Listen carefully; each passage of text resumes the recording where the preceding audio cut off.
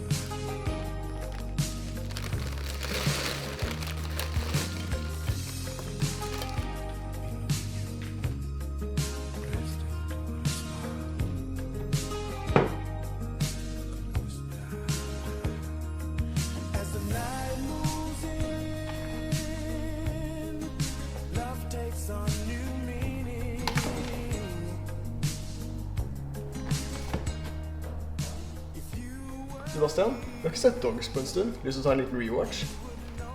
Nei, vi skal ikke se Dogs-fjeset. Hva må ta noe enkelt?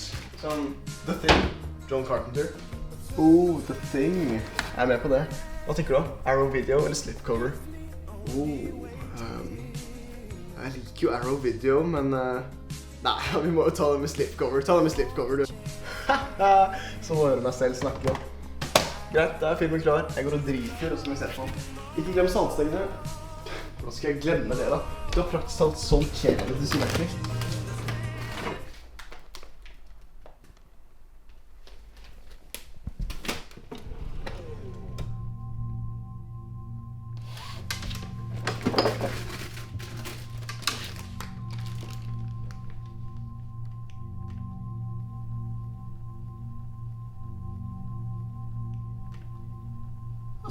Sigma! Bruh. Jeg trodde aldri jeg skulle se den igjen.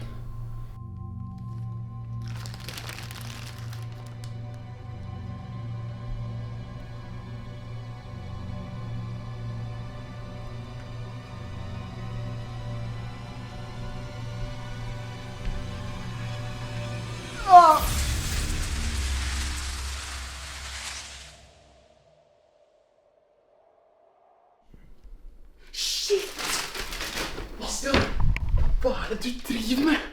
Jeg har saltstengene. Jeg bryr meg ikke om du har saltstengene. Vet du hvem andre som har saltstengene? Butikken!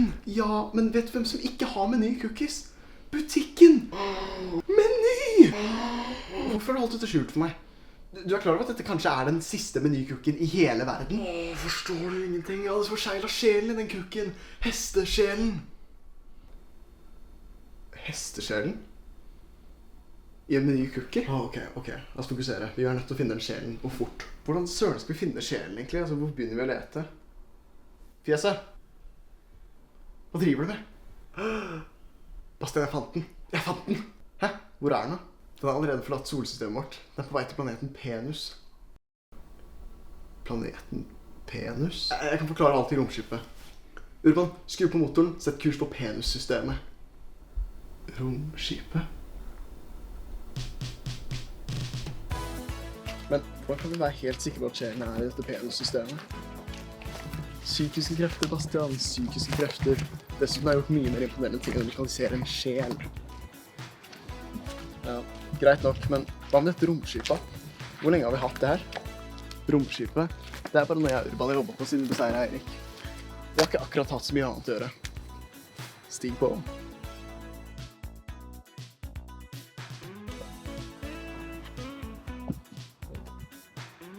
Urban?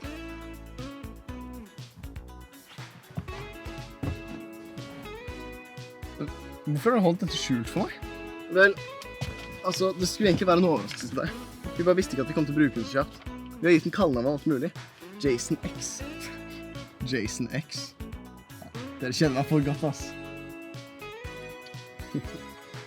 Ja, Bastian, verdensrommet. Er du klar, eller?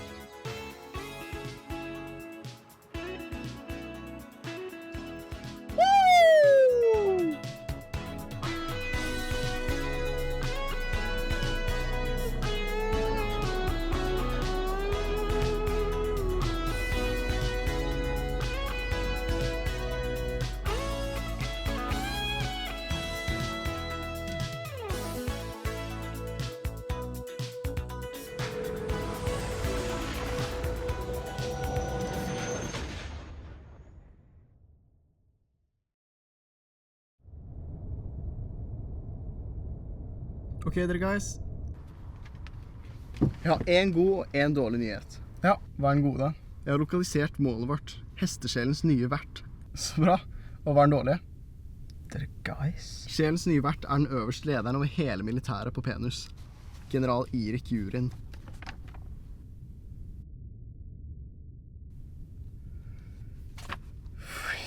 Dette er den nest mektigste mannen på hele planeten. Rett bak kongen. Hans armé, sammen med hestesjelens tørste etter blod, er en mye større trussel enn det vi har møtt til nå.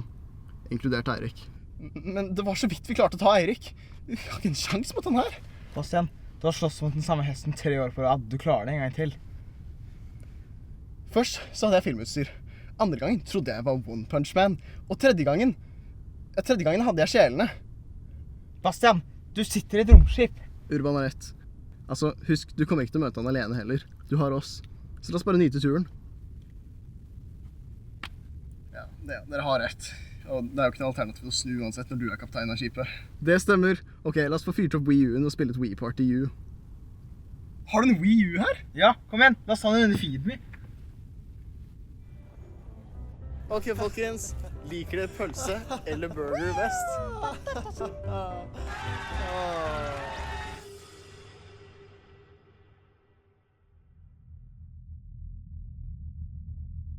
Jeg har lokalisert målet vårt. General Irik Jurin.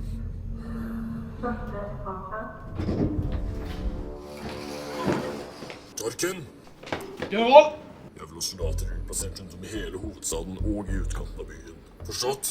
Vent, er du sikker? Vi er jo midt i fredstida i galaksen. Jeg tror ikke det er veldig lurt å plassere soldat i gardene.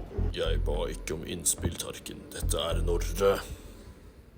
Med all respekt, general, sånn, denne paranoiaen din, liksom, hva har skjedd? Du har gjort så sinnssykt mange dumme avgjørelser i det siste, som var, vi er ikke sikre på om vi kan være under deg lenger, sånn, hvorfor er du egentlig en hest i det hele tatt?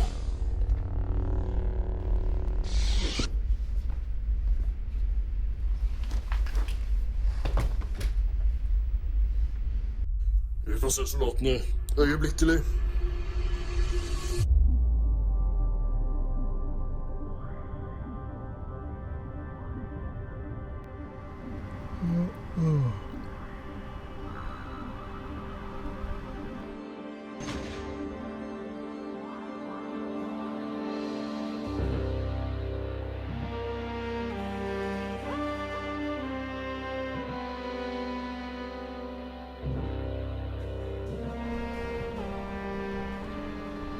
Ok, dere. Da er vi straks klar til landing.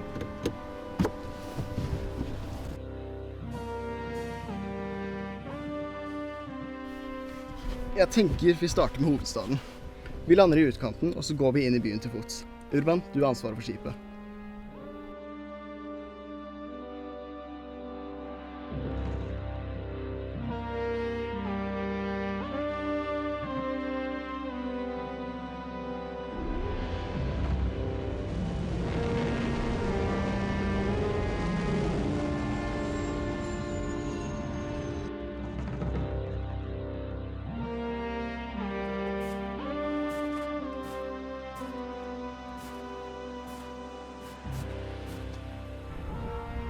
Ja, Bastian. Penus, hva synes du? Vel, det var vel ikke akkurat det jeg forventet. Altså, jeg vet ikke hva jeg forventet, men nei, det er kult. Bare vent til du ser byen. Let's go.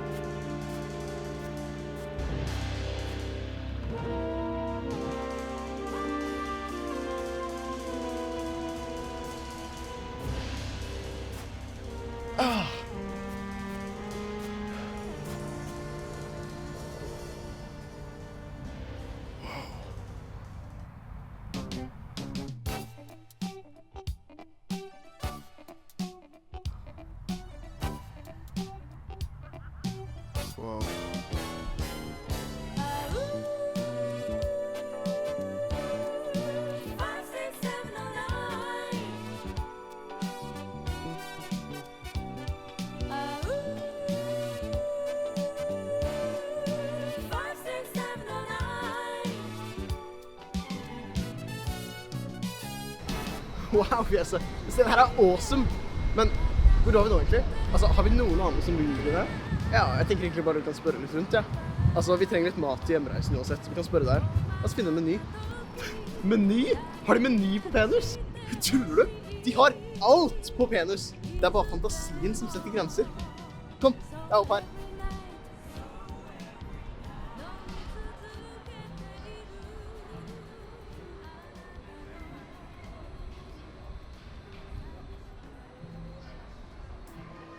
Ok, Bastian, vi trenger en del lut til hjemreisen. Jeg ser om jeg finner noe mat, og så kan du... Bastian?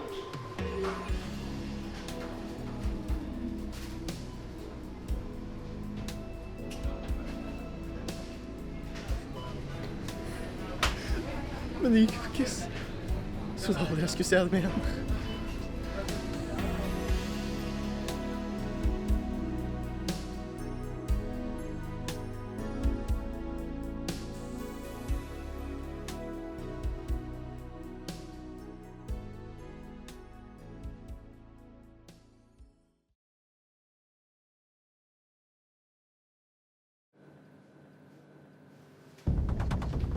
General Lyrin, vi har funnet skipet vi vet etter. De ankom systemet og landet i utkanten av hovedstaden tidlig i morges. Mannskapet ser ut til å bestå av 2 mann og et fjes. Vil at jeg skal... Fortsett letingen og ikke la dem komme sannheten. Jeg tar Morris.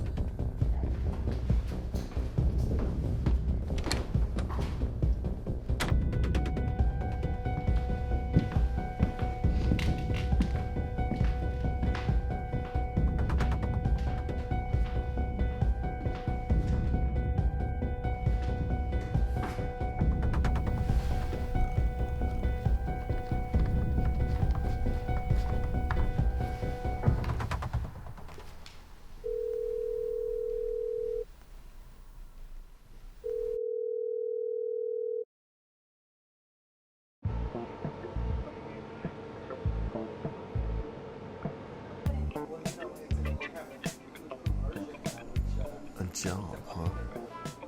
I didn't know the army were hiring bounty these days. Unless this is about a face. Interesting. Yeah, I'll do it all right, but it'll cost you.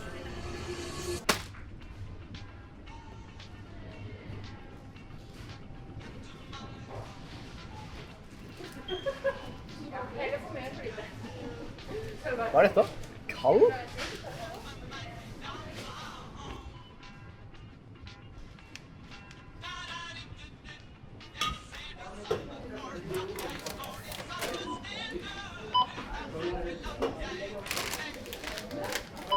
Jese! Se her! Meny cookies. Det er faktisk Meny cookies. De originale. De som forsvant. Jeg trodde aldri jeg skulle se dem igjen. Her er de i hånden min. Jeg skal putte dem i munnen min. Meny cookies.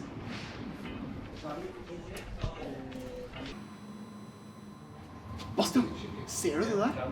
Penussoldater.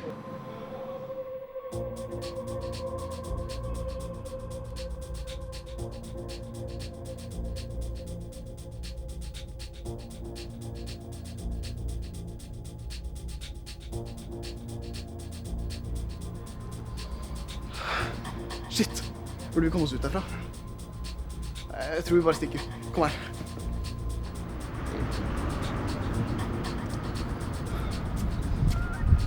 Vel, fant du ut noe mer om juryen på Meny da? Nei, jeg ble litt distrahert egentlig. Hva gjør vi nå? Vi må egentlig bare lete litt mer rundt, ass. Jeg vet ikke, la oss prøve gata her. Ok. Og selvfølgelig været for de neste ukene. Men først til den største og viktigste saken for denne kvelden. For det vekket mildt sagt oppsikt tidligere i dag, da Forsvarets øverste general, general Eirik Jurin, sendte ut en ordre om å utplassere soldater rundt omkring hovedstaden vår. Klokken 8 i dag morges fikk pressen tilsendt en uttalelse fra juryens kontor på Forsvarets hovedstasjon utenfor Penus, hvor juryens representant... Den romstasjonen, det er der juryen er! Eksperter kom med flere ulike teorier på hva denne uvanlige opptrappingen kan peke mot. Mange trodde at dette kunne være generalen som gjorde seg klar for en mulig invasjon fra et av de andre storhusene på Penus. Og det ble også spekulert på om dette kan ha vært et svar på økende politisk aktivitet fra terroristen Lord Zex. Selv om dette, ifølge ekspertene, virker usannsynlig, gitt generalens tidligere uttalte holdninger til Zex og hans ofte mislykkede politiske kampanjer. Så romstasjonen var en militærbase. Da er det vårt neste stopp, da. Men vet da. Rett før denne sendingen publiserte Forsvarets hovedbase altså en arrestordre, samt en saftig dusør på 3 turister fra planeten Jorden, hvor minst 2 av dem, ifølge uttalelsen, skal befinne seg et eller annet sted på Penus. Trolig et sted her i hovedstaden. Shit, det var oss! Hvordan vet han at vi er her? Er ikke det? Disse jordbarnes ankomst altså er bakgrunnen for utplasseringen av de tidligere nevnte soldatene i byen vår. Videre heter det at den som klarer å ta inn disse dusørene, levende eller ei, vil få utdelt en gevinst på minst 10 000 penium, samt en signert plakat av Martin Harket. Ikke bra, ass. Vi må komme oss vekk herfra kjapt før noen finner ut at det er oss. Her valg, eller hva det er å si. Her innhentet de jordbord, Ja! Det er fortsatt uklart hvordan man henter ut disse brevene, eller hvordan man leverer e-poststillingene dersom funnet. Får du kontaktfjeset? Nei, han svarer ikke, ass. Urban, hva er det du driver med?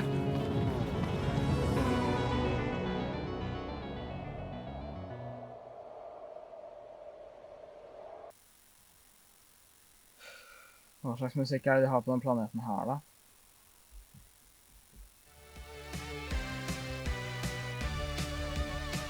Du lytter til 96.1 Penus FM med Bryce Savage. Har du noen gang vært i et forhold med en jente som til å begynne med virker alt for god til å være sann, for å så finne senere at det var akkurat det det var, fordi vel, altså, det er jo hun begynner å gå ut hver kveld og blir langt ut på natta, og før du vet ordet av det, så tar han også andre ute med hjem, og så sitter du bare der da, fordi dere leier jo leiligheten sammen, så du kan jo ikke akkurat kaste dem ut heller, og så vet du ikke helt hva du skal gjøre, fordi alle vennene dine tror liksom at dere har det perfekte forholdet, noe det åpenbart ikke er. Men dere der vil nesten bare leve ut løgnen, fordi kanskje det føles egentlig bare bedre enn å akseptere sannheten, hvor du er helt alene. Vel, i så fall er det neste sangen for deg. Her kommer popsensasjonen Ha-Ha med sangen Love Illusion, eller Fool's Paradise.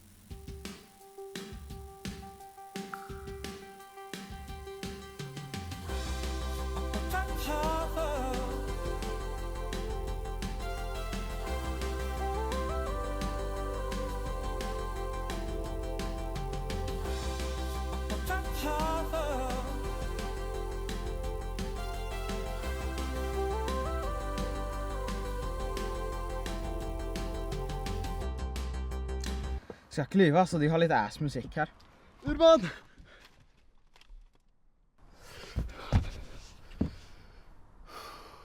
Bastian! Der er dere! Hva skjedde? Juryen har plassert vakter over hele planeten. Han vet vi er her. Ja, men vi fant ut hvor juryen er. Han er på en romstasjon rett utenfor atmosfæren.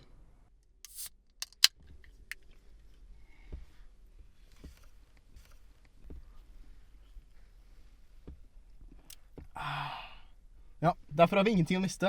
Urban, fyr opp romskipet.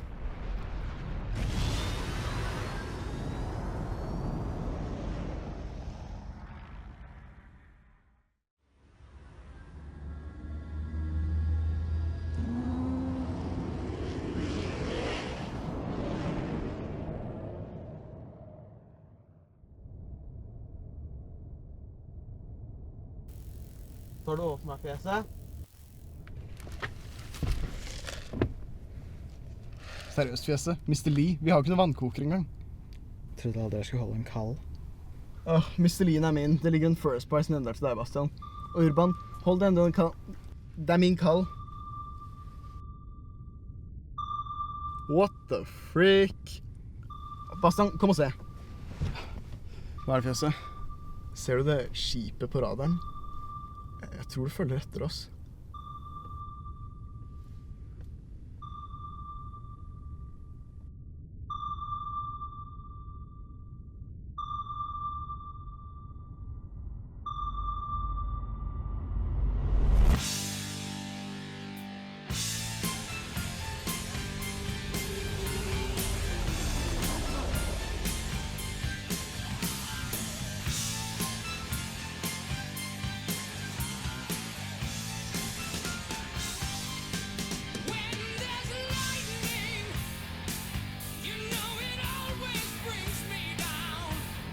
cringe.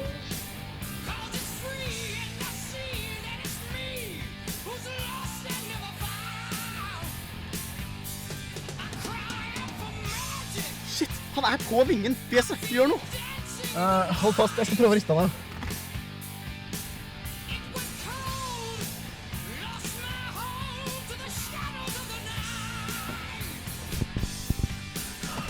Han gir seg ikke.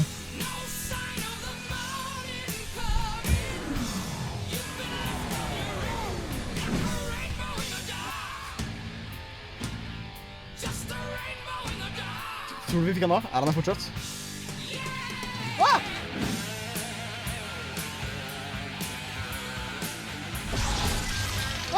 Fjeset! Elvesysker! Nå!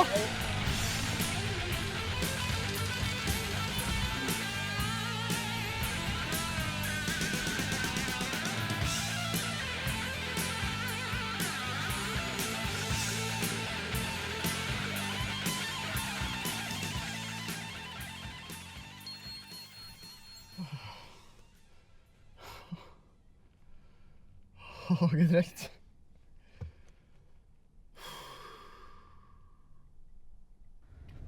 Men hva er det der? Tror du de er sendt av juryen? Det virker sånn. Ser ikke ut som generalen holder noe tilbake på sikkerheten nå. Du, Fjeset, tror du Eirik... Tror du juryen vet at vi er ute etter sjelen? Vel, det er ingen tvil om at den tar kontroll over han, men sjelen har en tendens til å smelte seg til verten på en måte som gjør at det er vanskelig å si hvem som er i kontroll. Så vi vet egentlig ikke før vi møter han. Vi må egentlig bare få stoppet han så fort som mulig.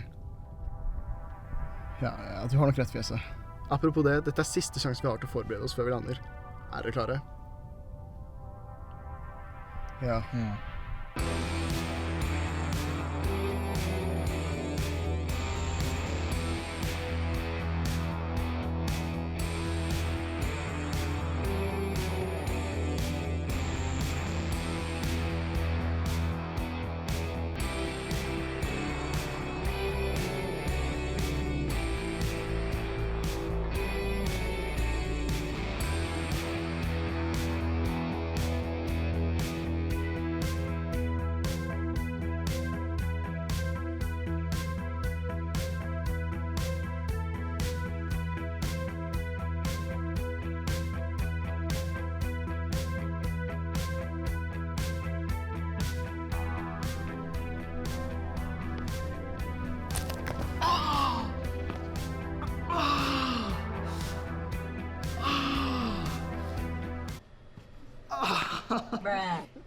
Fjeset!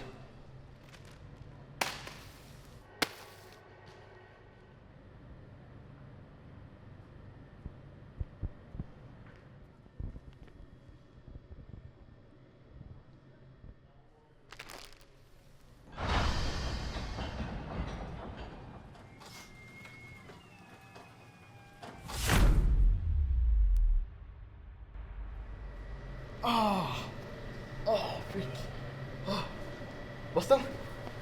Nei. Bastian! Bastian, vent her. Jeg skal få åpne den døra.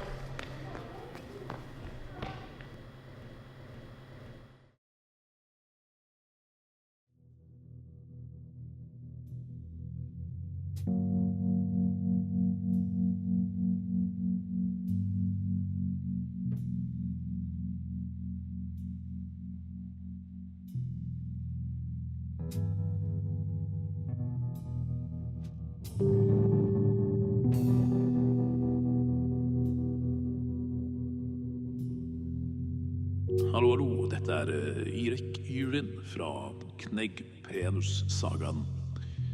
Har du noen gang drømt om å reise til en fjern planet? Kanskje spise litt tissegodteri, jeg vet ikke.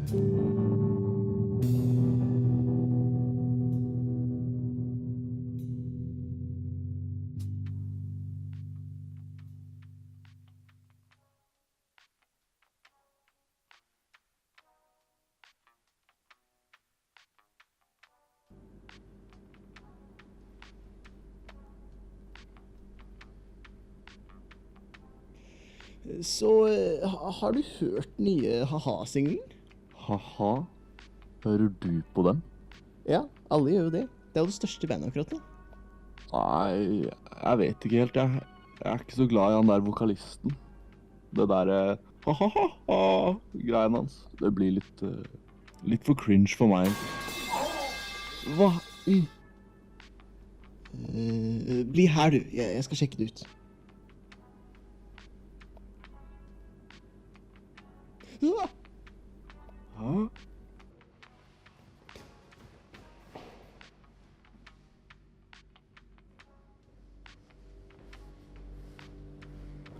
Der har vi det, ja. Kontrollrommet.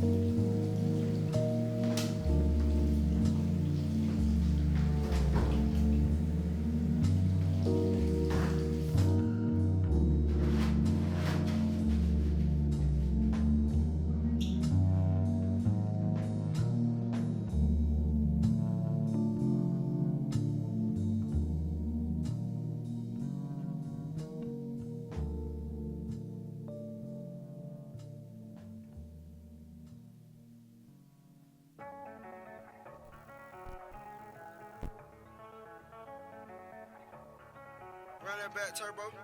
You can get the biggest Chanel back in the store if you want it. I gave them the drill, they sucked it up, I got them on it. I bought a new paddock, I had the white, so I two-toned them. Taking these drugs, I'm gonna be up until the morning. That ain't your car, you just listen, you don't own it. If I'm in the club, I got that 500.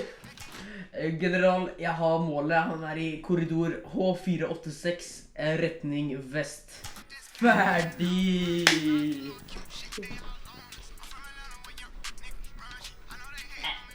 Tom for Prime!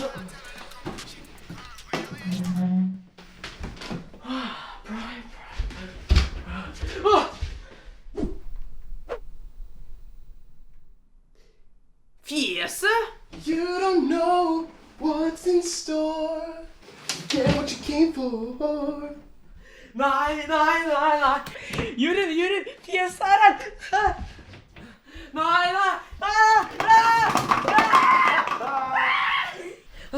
Hva vil du, bror? Jeg trenger bare litt hjelp. Håper du er villig til å samarbeide.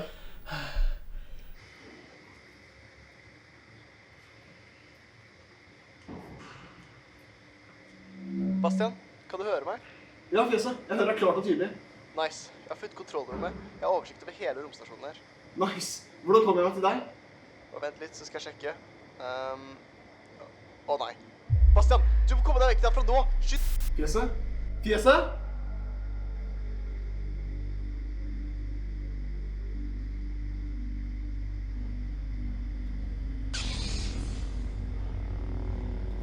Hallo, Bastian. Vi møtes igjen. Eirik. Er det deg? Eirik. Ikke sammenlign meg med han. Eirik hadde ett mål og mislyktes. Han var simpelthen ikke sterk nok til å oppfylle oppgaven hans. Nå har sjelen funnet en langt mer kapabel vert, og sammen er vi mektigere enn noen gang før. Sterkere enn noen gang før? Har du tenkt å gjøre det der hesteritualet igjen? Sånn som Eirik? Ritualet er ikke nødvendig lenger. Vi har større ambisjoner nå. Mye større ambisjoner.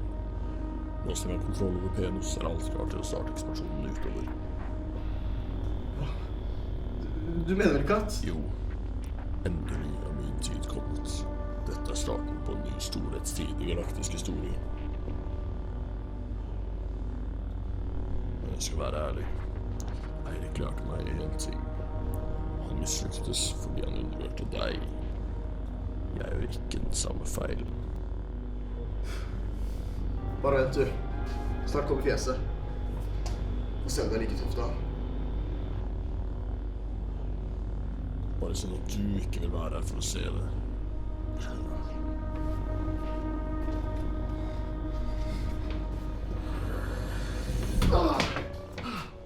Juryen! Nå er det deg i fjeset.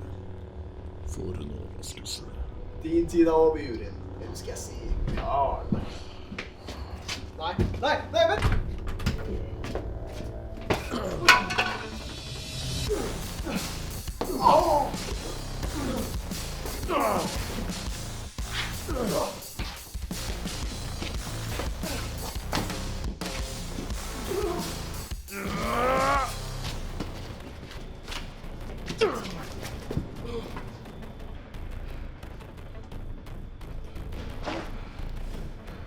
Juryen!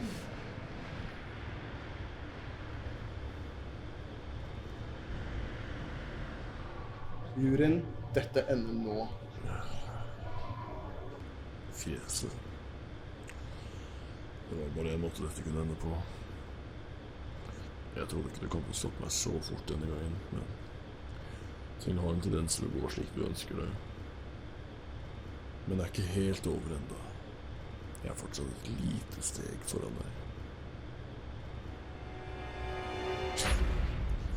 Ett trykk på denne knappen, og så går hele organisasjonen rett i lufta. Om jeg ikke kan binde over deg, skal jeg i hvert fall forsikre meg om at ingen av oss kommer ut derfra i livet.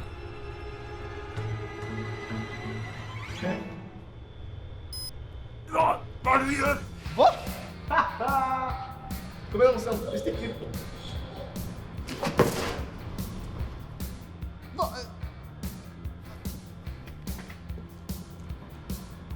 Ha det, Juryen. Det var et godt forsøk, men vi har allerede gjort det her en gang før.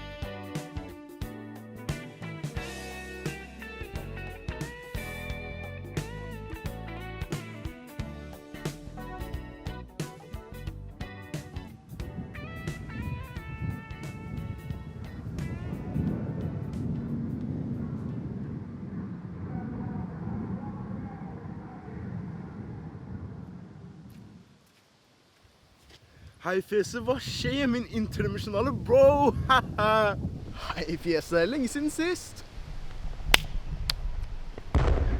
La meg se denne hestesjelen jeg har hørt så mye om, da.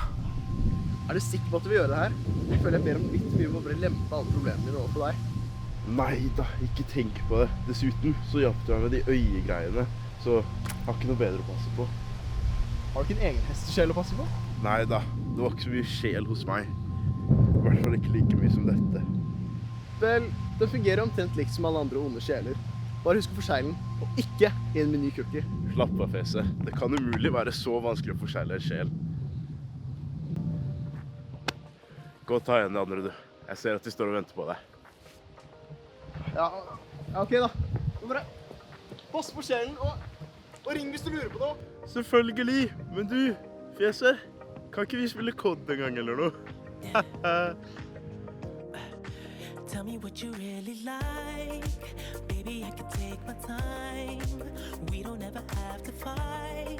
Just take it step by step. I can see it in your eyes, 'cause they never tell me lies. I can feel that body shake and the heat between your legs. You've been scared of love and what it did to you. You don't have to run, I know what you've been through. Just a simple touch and it can set you free. We don't have to rush when you're alone with me. I feel it coming, I feel it coming, babe. I feel it coming, I feel it coming, babe. I feel it coming, I feel it coming, babe. I feel it coming, I feel it coming, babe.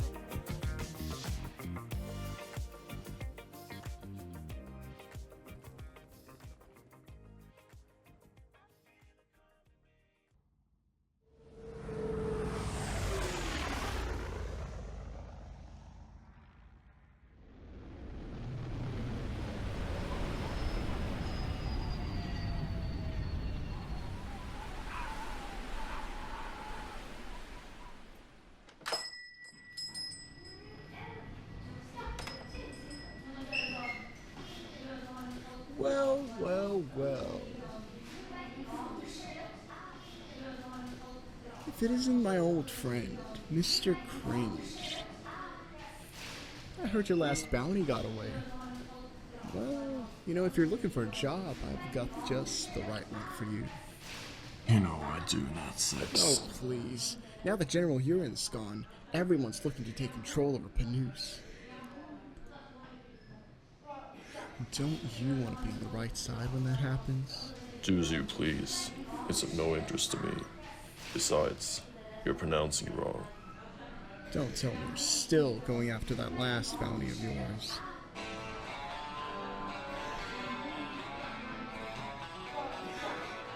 It's actually pronounced penis. Aw, man, this guy sucks.